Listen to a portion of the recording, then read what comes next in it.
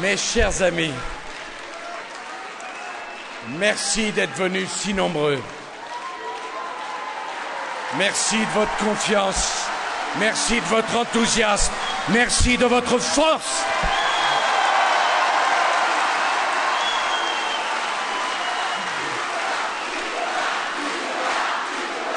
Mes chers amis, je suis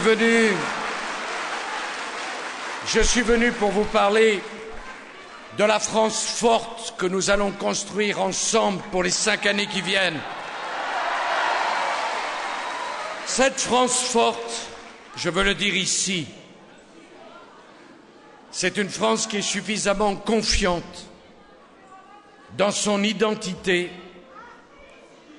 confiante dans ce qu'elle représente, confiante parce qu'elle sait d'où elle vient, pour reconnaître les erreurs qui furent les siennes dans le passé. Je n'aime pas la repentance, mais je n'aime pas l'injustice. La repentance, c'est s'excuser de défendre des valeurs qui sont les nôtres. L'injustice, c'est de ne pas reconnaître que l'histoire collective peut être cruelle pour des histoires familiales et individuelles. Et j'ai voulu, aujourd'hui, dans votre département, dans cette ville de Perpignan où je décorais le général Meyer, j'ai voulu dire que la France avait une dette morale à l'endroit de nos compatriotes harkis.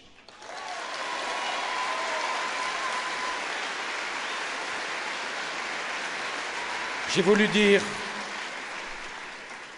que la France ne conteste naturellement aucun pays le droit à l'indépendance, que la France ne veut donner de leçons à personne, que la France connaît et respecte les aspirations de chacun, mais que la France ne pouvait pas abandonner ceux qui l'aimaient et ceux qui l'avaient défendu les armes à la main. C'est parce qu'elle est forte, la France, qu'elle a le courage de dire ça. Et je veux dire aussi à mes compatriotes, ceux qu'on appelait là-bas les pieds noirs, je veux leur dire qu'ils ont beaucoup souffert. Que là-bas, ils ont laissé une partie de leur cœur et de leur famille. Que cette souffrance, elle est digne, que cette souffrance, elle est respectable. Qu'ils ont été déracinés. Que ça ne porte en rien un jugement sur l'histoire de pays avec lesquels nous entretenons des relations d'amitié, mais simplement, je veux dire à ces compatriotes qu'ils ont souffert, beaucoup souffert, et que c'est ma façon de les respecter que de reconnaître cette souffrance et de la prendre en charge et en compte dans l'histoire de notre communauté nationale. C'est la France forte, Monsieur le maire, c'est la France forte. Celle qui regarde son passé, celle qui regarde son histoire et qui n'a pas peur d'affronter les choses. C'est le même raisonnement qui a fait que j'ai voulu, pour nos compatriotes arméniens, qu'il y ait la reconnaissance du génocide dont leurs parents et leurs grands-parents furent les victimes. Oh, il ne s'agit pas, là encore, de juger les autres. Parce que, mes chers amis, mes chers compatriotes, il ne peut pas y avoir de pardon quand on conteste la souffrance que l'on a infligée. Le pardon vient après la reconnaissance. La reconnaissance, le pardon et le rassemblement. Voilà comment on préserve l'unité d'un grand pays comme la France.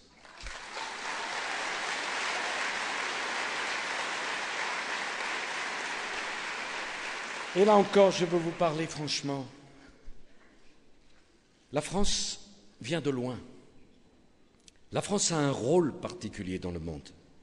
Quand la France se tait, quand la France ne parle pas, quand la France ne prend pas d'initiative, alors la France est infidèle à l'image qu'elle a et à son histoire. La France a connu, il y a quelques semaines, une tragédie. La tragédie de Montauban et la tragédie de Toulouse. Cette tragédie doit nous amener à réfléchir Dans cette tragédie, la France a été courageuse. La France a été unie. La France n'a pas cédé à la colère. La France n'a pas demandé la vengeance. La France n'a pas accepté l'amalgame, parce que l'amalgame aurait été odieux à l'endroit de certains de nos compatriotes. Je rappelle que si dans une école on a tué des enfants juifs parce qu'ils étaient juifs, on a tué aussi des compatriotes dont l'un était musulman parce qu'il portait le ben uniforme de l'armée française. Cher Gérard, cher Marc,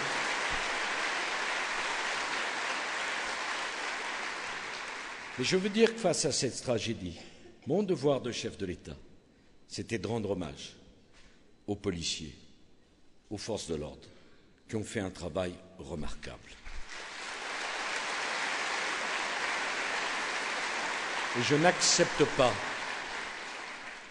qu'on donne des leçons à des hommes qui ont risqué leur vie parce que la République leur a donné des ordres de la part de ceux qui avaient mis 4 ans à ne pas retrouver l'assassin d'un préfet de la République abattu d'une balle dans la nuque.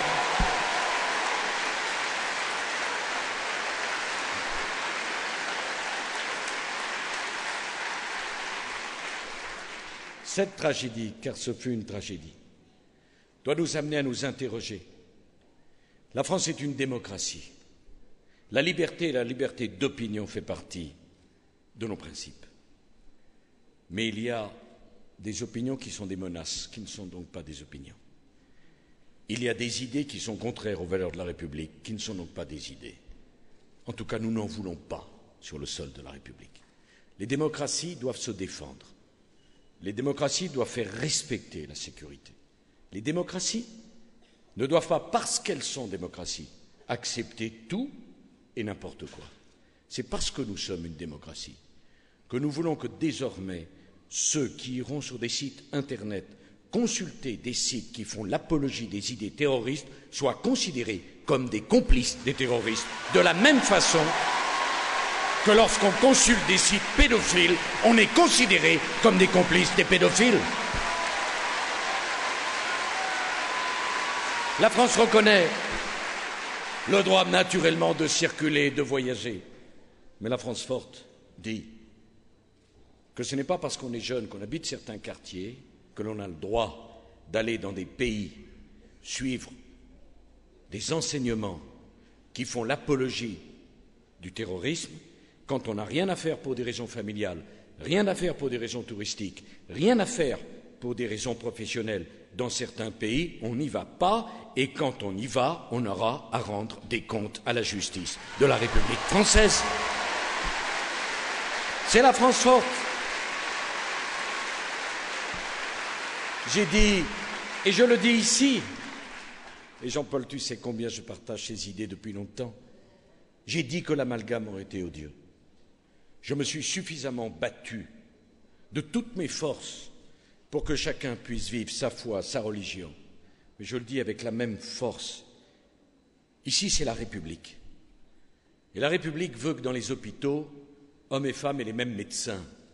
Et la République veut que dans nos piscines municipales, hommes et femmes aient les mêmes horaires. Et la République veut que dans nos cantines scolaires, ce soient les mêmes menus pour tous les enfants de la République.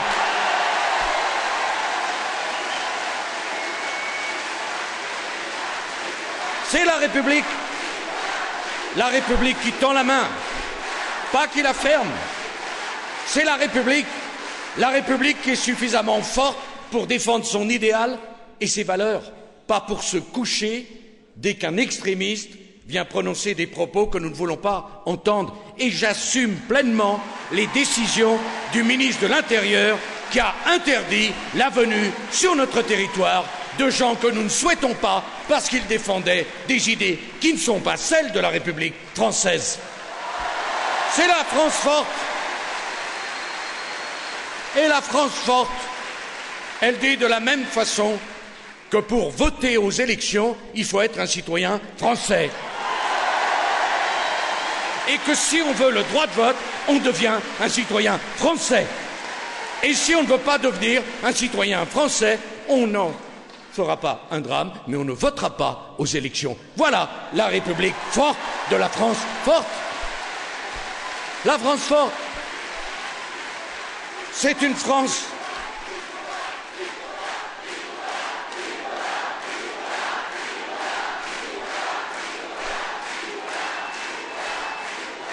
Si vous saviez comme je me prends proche de vous, si vous saviez comme je me sens en communion avec vous, mais je veux vous dire une chose, la France forte, la République forte, c'est une France qui ne se laisse pas dicter les sujets que l'on évoque dans une campagne électorale. C'est une France qui n'a pas envie d'une pensée unique, de tous ces gens qui viennent nous donner des leçons à longueur de journée sur les écrans de télévision, dans les radios et dans les journaux. Ah oui, il y a donc des sujets dont on ne devrait pas parler. Naturellement, c'est facile pour ceux qui donnent des leçons et qui n'habitent pas dans les quartiers où l'on souffre, pour ceux qui donnent des leçons et qui ne mènent pas leurs enfants dans les écoles où il y a des problèmes. Comme c'est facile, les principes. Comme c'est facile quand on regarde les souffrances de loin. Il y a des sujets dont les Républicains ont eu grand tort de ne pas parler. Et je sais que je rassemble derrière moi toutes les familles de la majorité, mais j'ai le même discours. Vous savez, je connais mon histoire. La France forte, c'est une France ouverte. Ce n'est pas une France fermée. La France forte, c'est une France qui se construit, et un certain nombre d'entre nous ici ont eu des parents et des grands-parents qui venaient de loin, mais ils venaient avec l'amour du pays qui allait les accueillir. Mais ils venaient avec la volonté de grandir dans ce pays, de respecter les institutions de ce pays, d'aimer la culture de ce pays. Voilà la France ouverte. La France, je ne vous en parlerai jamais comme un pays fermé. La France doit continuer à accueillir. La France n'a rien à craindre de cela. Mais avec la même force, je veux dire une chose. Si la France doit continuer à accueillir, la France ne peut pas accueillir uniquement parce qu'on voudrait venir, parce que nos prestations sociales sont plus généreuses que les autres. Dire cela, c'est être parfaitement républicain. C'est défendre scrupuleusement les principes de la République. Refuser de le dire, c'est d'abord être lâche. C'est ensuite ne rien comprendre aux défis de la République. À ceux qui nous donnent des leçons et qui disent « ne parlez pas de ça », je pose la question « pourquoi notre système d'intégration ne fonctionne plus ou fonctionne si mal ?» Parce que la réponse, tout le monde la connaît. La réponse ne plaît pas à la pensée unique, mais la réponse, elle est claire, parce que si on accueille trop de monde, on ne peut plus bien accueillir ceux que l'on veut accueillir. Voilà la vérité, elle est incontournable. Parce que, avant même d'avoir trouvé un logement, un emploi, une école, si d'autres arrivent, c'est tout le système qui est embolisé. Alors j'ai dit, parce qu'il faut prendre des engagements, il faut avoir le courage d'expliquer les choses, que pour remettre en marche notre système d'intégration et pour ne pas mettre en cause notre modèle social qui peut exploser sur le poids des déficits, je diviserai par 2 le nombre de ceux que nous accueillerons pour les 5 années qui viennent. On me dit, comment allez-vous faire? Je veux rentrer dans le détail devant vous, je n'ai rien à cacher. Je veux dire d'abord que le regroupement familial est un droit, mais qu'il ne veut rien dire si on n'a pas un logement décent pour recevoir sa famille, mais que le regroupement familial ne veut rien dire si on n'a pas un salaire décent pour faire vivre sa famille.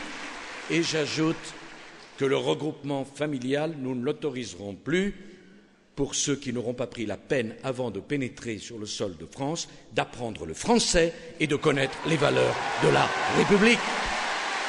Et je dis d'ailleurs, pour que les choses soient claires, imaginez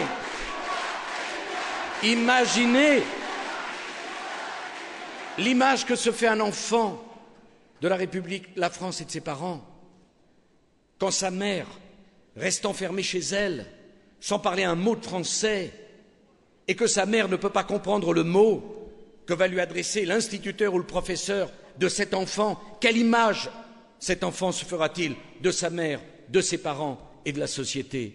Je dis que c'est un geste d'intégration absolue et sociale que de dire avant de rentrer sur le territoire de la République, parce qu'ici, il y a une égalité des hommes et de la femme, nous ne voulons pas de femmes qu'on rend prisonnières au propre domicile conjugal.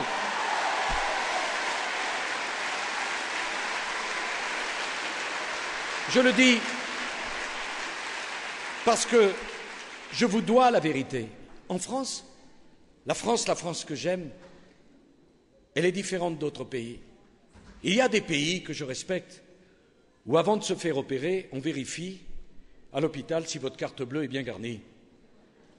En France, quelle que soit sa couleur de peau, sa nationalité, on soigne quelqu'un qui est malade. C'est l'honneur de la République française.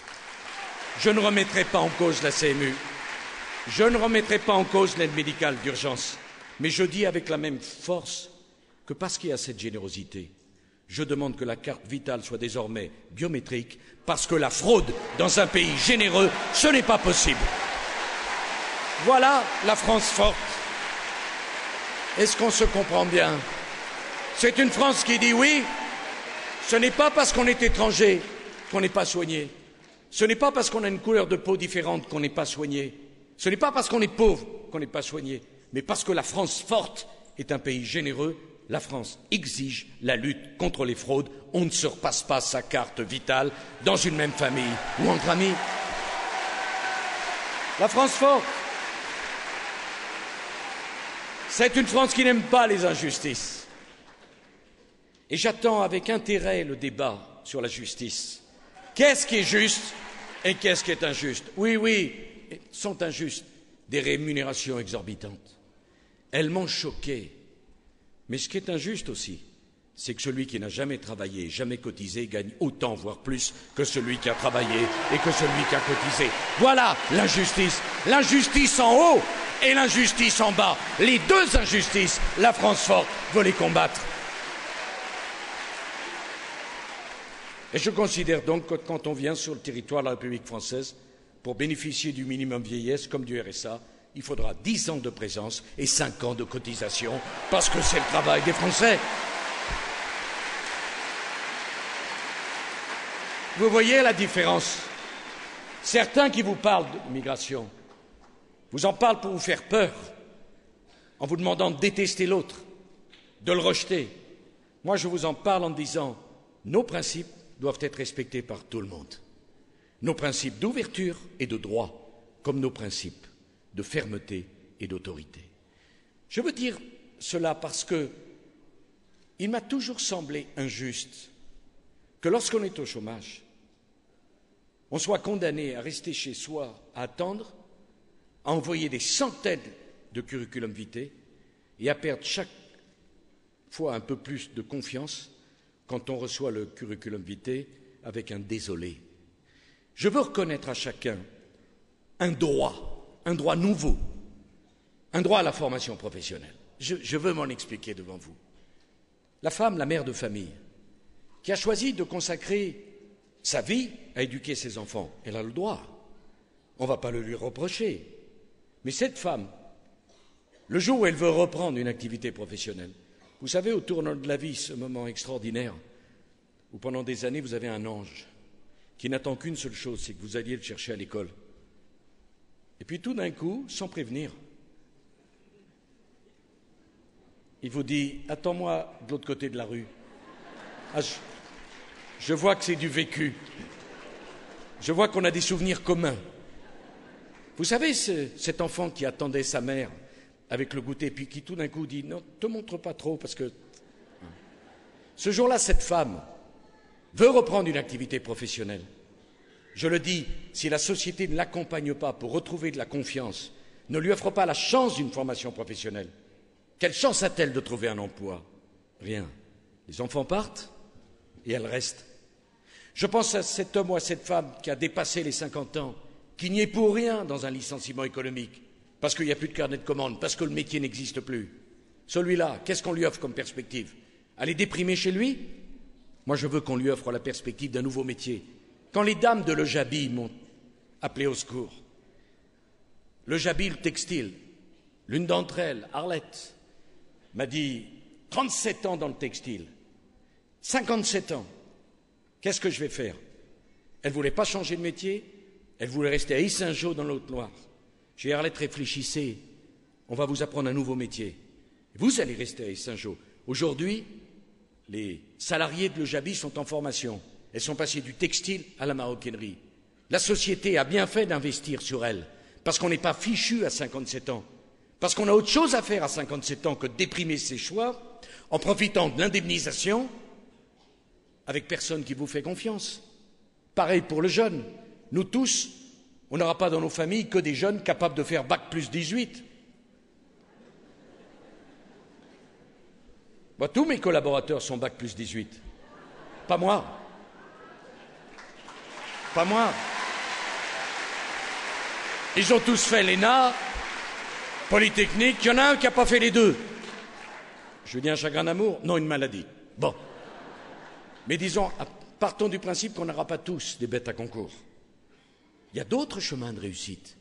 Il n'y a pas qu'un chemin de réussite dans la vie. Il y a beaucoup de chemins de réussite, à une condition, c'est qu'on vous apprenne quelque chose, qu'on vous fasse confiance. Alors voilà ce que je ferai. Il y aura un droit pour chacun. Droit de changer de métier, droit de changer de région, droit d'être formé, quel que soit votre âge, quelle que soit votre condition. Mais en échange, je dirais une chose, nul ne pourra refuser une formation qualifiante parmi toutes celles qu'on lui aura demandé de choisir. Et une fois qu'il aura suivi cette formation qualifiante, nul n'aura le droit de refuser l'offre d'emploi correspondant à la formation qu'on lui aura donnée. Voilà la France forte et la République forte. Partout où je vais. L'autre jour à Rungis, on me dit, il y a du travail. Ah bon, il y a un problème. Il faut se lever à 3 heures du matin. Oui, mais il y a du travail. Parce que quand on travaille, il faut toujours se lever. Et c'est mauvais signe quand on reste couché. Les artisans, les commerçants me disent, il y a du travail, on ne trouve personne. Les tourneurs, les fraiseurs, dans la fonderie, il y a du travail et on ne trouve personne.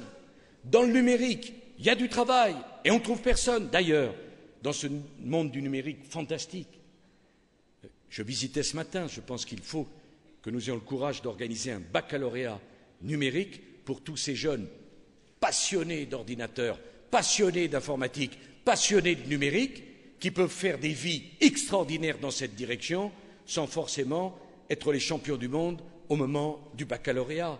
Ouvrir des possibilités, ouvrir des chemins de différence, un droit nouveau et en même temps un devoir. J'ajoute, mes chers amis, que j'ai voulu, dans mon premier quinquennat, faire de l'université une priorité. Je vais faire de l'éducation nationale la priorité du deuxième mandat, si vous me faites confiance, que vous me confierez. Pourquoi?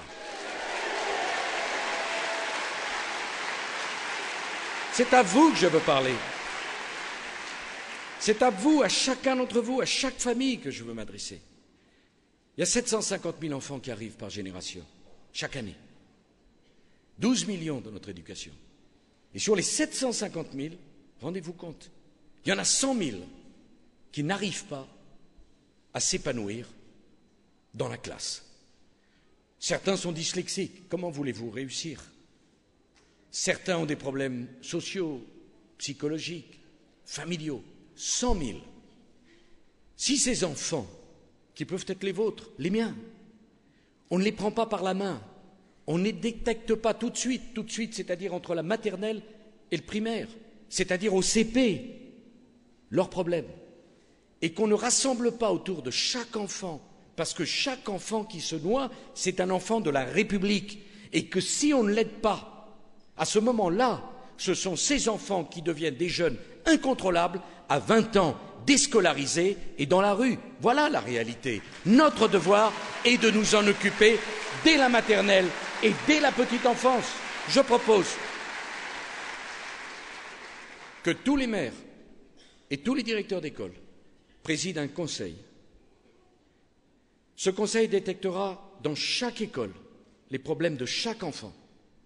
Et l'État accordera 2 000 € par enfant, pour qu'on mette autour de cet enfant les spécialistes qui, en plus de l'enseignant, pourront aider ces enfants à s'en sortir. Regardez la situation d'une mère de famille seule, qui doit travailler et faire vivre sa famille. Imaginez l'emploi du temps qui est le sien. Face à la difficulté d'un enfant qui se noie en classe, si ce n'est pas la société, je veux dire la République, qui prend en main cet enfant n'a aucune chance de s'en sortir. Pas parce que sa mère ne l'aime pas, simplement parce qu'elle n'a pas les relations, parce qu'elle n'a pas les connaissances, parce qu'elle n'a pas le temps, parce qu'elle n'a pas les moyens. Et le meilleur investissement pour la République, c'est de prendre à charge ces enfants avec nous, parce que ces enfants, si on les sort de la situation où ils se trouvent, c'est autant de moins comme problème que nous aurons à gérer plus tard. C'est la République forte.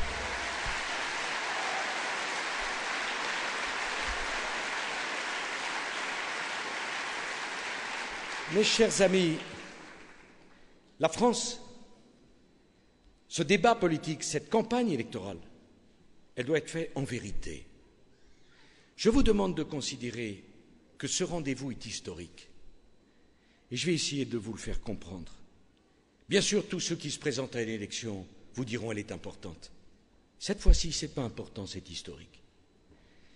Nous sommes rentrés dans un nouveau monde. Regardez ce qui se passe dans un pays si proche de votre cœur. Ici, l'Espagne. C'est un pays considérable, de 42 millions d'habitants, qui était montré comme l'un des exemples de réussite de l'Europe. 7 ans de gouvernement socialiste, 7 ans où les réformes qui devaient être faites n'ont pas été faites. Aujourd'hui, l'Espagne emprunte pour rembourser sa dette à un taux 2 fois plus élevé que la France. 2 fois plus élevé. Pourquoi? L'Espagne avait promis, en 2011, d'être à 6% de déficit. Elle s'est retrouvée à 8%. Au lieu d'emprunter à 3%, elle emprunte à 6%. La France avait promis, en 2011, d'être à 5,7% de déficit. Elle est à 5,2%. La France emprunte 2 fois moins cher que l'Espagne. Voilà la réalité du monde d'aujourd'hui. Cette réalité-là. L'autre jour, un journaliste aimable me dit: vous voulez faire peur? Je ne veux faire peur à personne. Je veux que chacun ait les éléments de la décision bien présents. Les éléments de la décision. Après, votre choix sera le bon. La question n'est pas d'être soumis aux marchés financiers ou aux agences de notation. D'ailleurs, vous savez, mes chers compatriotes, mes chers amis, si on veut ne tenir aucun compte des marchés financiers et des agences de notation, il y a une solution. On dépense moins, on rembourse ses dettes et on réduit son déficit. Et à ce moment-là, on est un pays totalement indépendant. C'est la vérité. La question est donc centrale. Pendant 4 ans, nous avons connu des crises d'une violence inouïe. J'ai pris des engagements devant vous. J'ai consacré toute mon énergie à protéger les Français. Souvenez-vous, quand il y a eu la crise sur les banques, je vous ai dit que pas un seul d'entre vous ne perdrait 1 centime de son épargne. Parce que si j'avais laissé les banques faire faillite, les banques, elles auraient fait faillite avec quoi? Avec votre argent, pas avec le leur. Je n'ai pas voulu qu'en France, on connaisse ce qui est arrivé dans certains pays, en Grèce ou ailleurs, où les épargnants se précipitaient à leurs banques pour retirer leur épargne parce que le fruit d'une vie de travail aurait été détruit par la faillite d'une banque. Nous avons sauvé notre système bancaire parce que j'ai voulu préserver l'épargne des Français et le travail des Français. L'aimable et si raisonnable Madame Royal.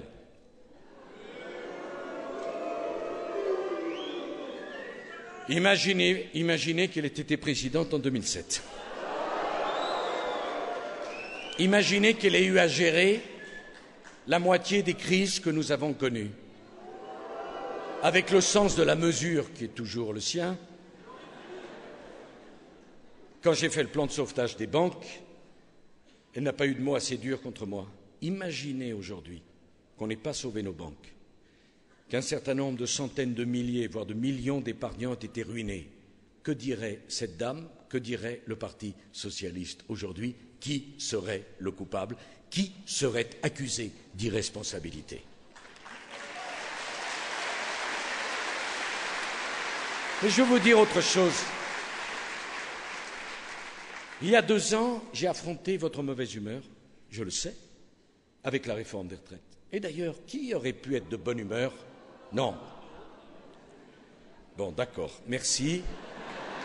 Je garde quand même ma conviction que même si c'est moi qui vous le demande, quand on vous dit travaille 2 ans de plus sans avoir une rémunération supplémentaire, ça ne peut pas faire plaisir. Et pourtant, je veux m'en expliquer devant vous. Quand j'ai voulu cette réforme, et mes amis parlementaires qui sont ici, avec courage m'ont soutenu, mais quand j'ai voulu cette réforme, nous étions seuls, absolument seuls. Pourquoi l'ai-je voulu? Je vous dois la vérité. Il y a 15,5 millions de retraités. La sécurité sociale, l'assurance vieillesse, pour 1,5 million d'entre vous, n'avaient pas d'argent pour payer les pensions, allaient à la banque emprunter un argent qu'elle n'avait pas. Quand j'ai constaté cette réalité, qui est le résultat d'une espérance de vie qui augmente d'1 trimestre par an, je me suis dit, il faut faire quelque chose. On ne peut pas laisser la situation en état. Parce qu'imaginez-vous, après une vie de travail, quand vous allez liquider votre retraite, on dit il n'y a plus d'argent. Nous avons remis d'aplomb notre système de retraite. Nous avons garanti l'actualisation des retraites des retraités.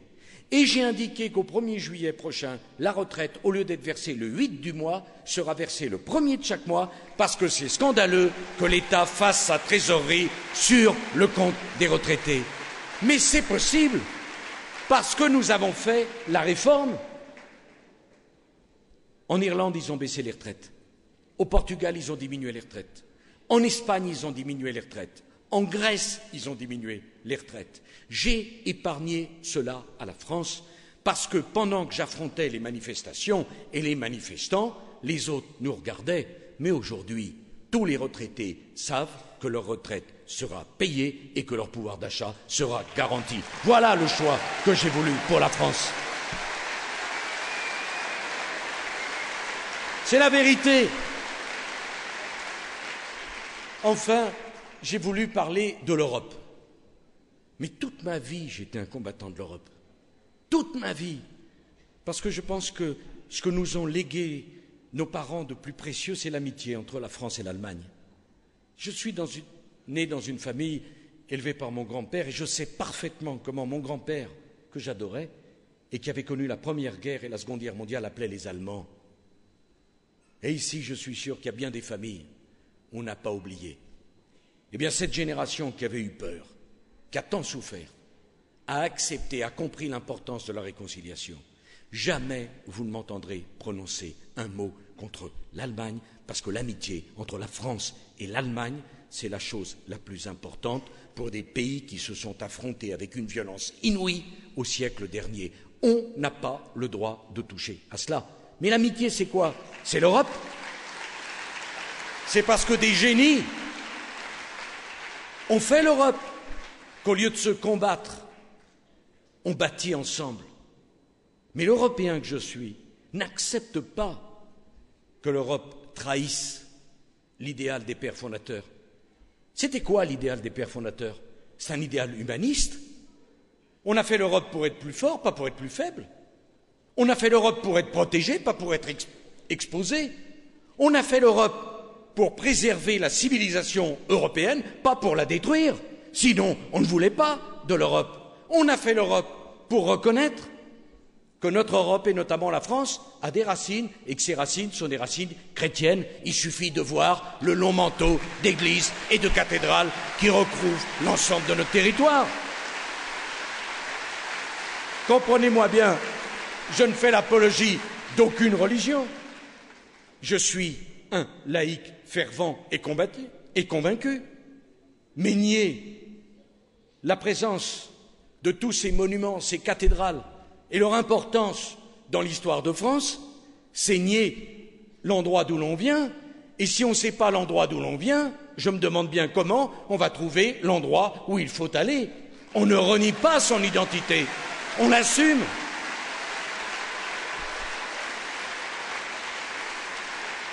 Et j'ai dit un mot qui est apparu pour cette pensée unique comme un gros mot. J'ai dit le mot frontière.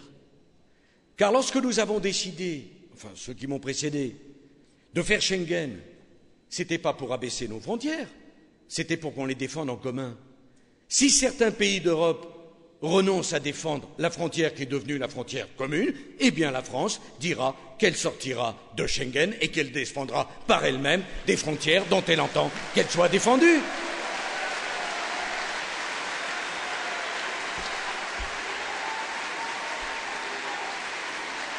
La frontière, permettez-moi de dire un mot là-dessus, contrairement à le torrent de banalité que j'entends souvent sur le sujet.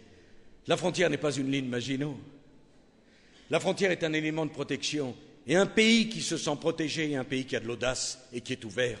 Un pays qui ne se sent pas protégé est un pays frileux parce qu'il a peur. Chacun, quand il rentre dans sa maison, ferme sa porte, ne la laisse pas forcément ouverte. Ce n'est pas pour ça qu'il est frileux, mais c'est pour cela qu'il se sent rassuré. Eh bien, chez lui, il en va des familles comme des pays. La frontière est un élément de l'identité. Nous ne devons pas en avoir peur. Mais je vais plus loin. Je crois à la liberté du commerce. Je déteste l'idée du protectionnisme. Mais je n'arrive pas à comprendre pourquoi on impose à nos agriculteurs, à nos producteurs, à nos chefs d'entreprise des règles et dans le même temps on accepte d'importer en Europe des produits fabriqués dans des pays qui ne respectent aucune des règles qu'on impose à nos producteurs et à nos chefs d'entreprise. Que l'on me comprenne bien, ici où l'agriculture est tellement importante, bien sûr il faut lutter contre les pesticides, bien sûr je suis pour la traçabilité, mais alors pourquoi faire venir des viandes en Europe venant de pays où le mot traçabilité, c'est pas qu'il ne l'applique pas, c'est qu'il n'existe pas.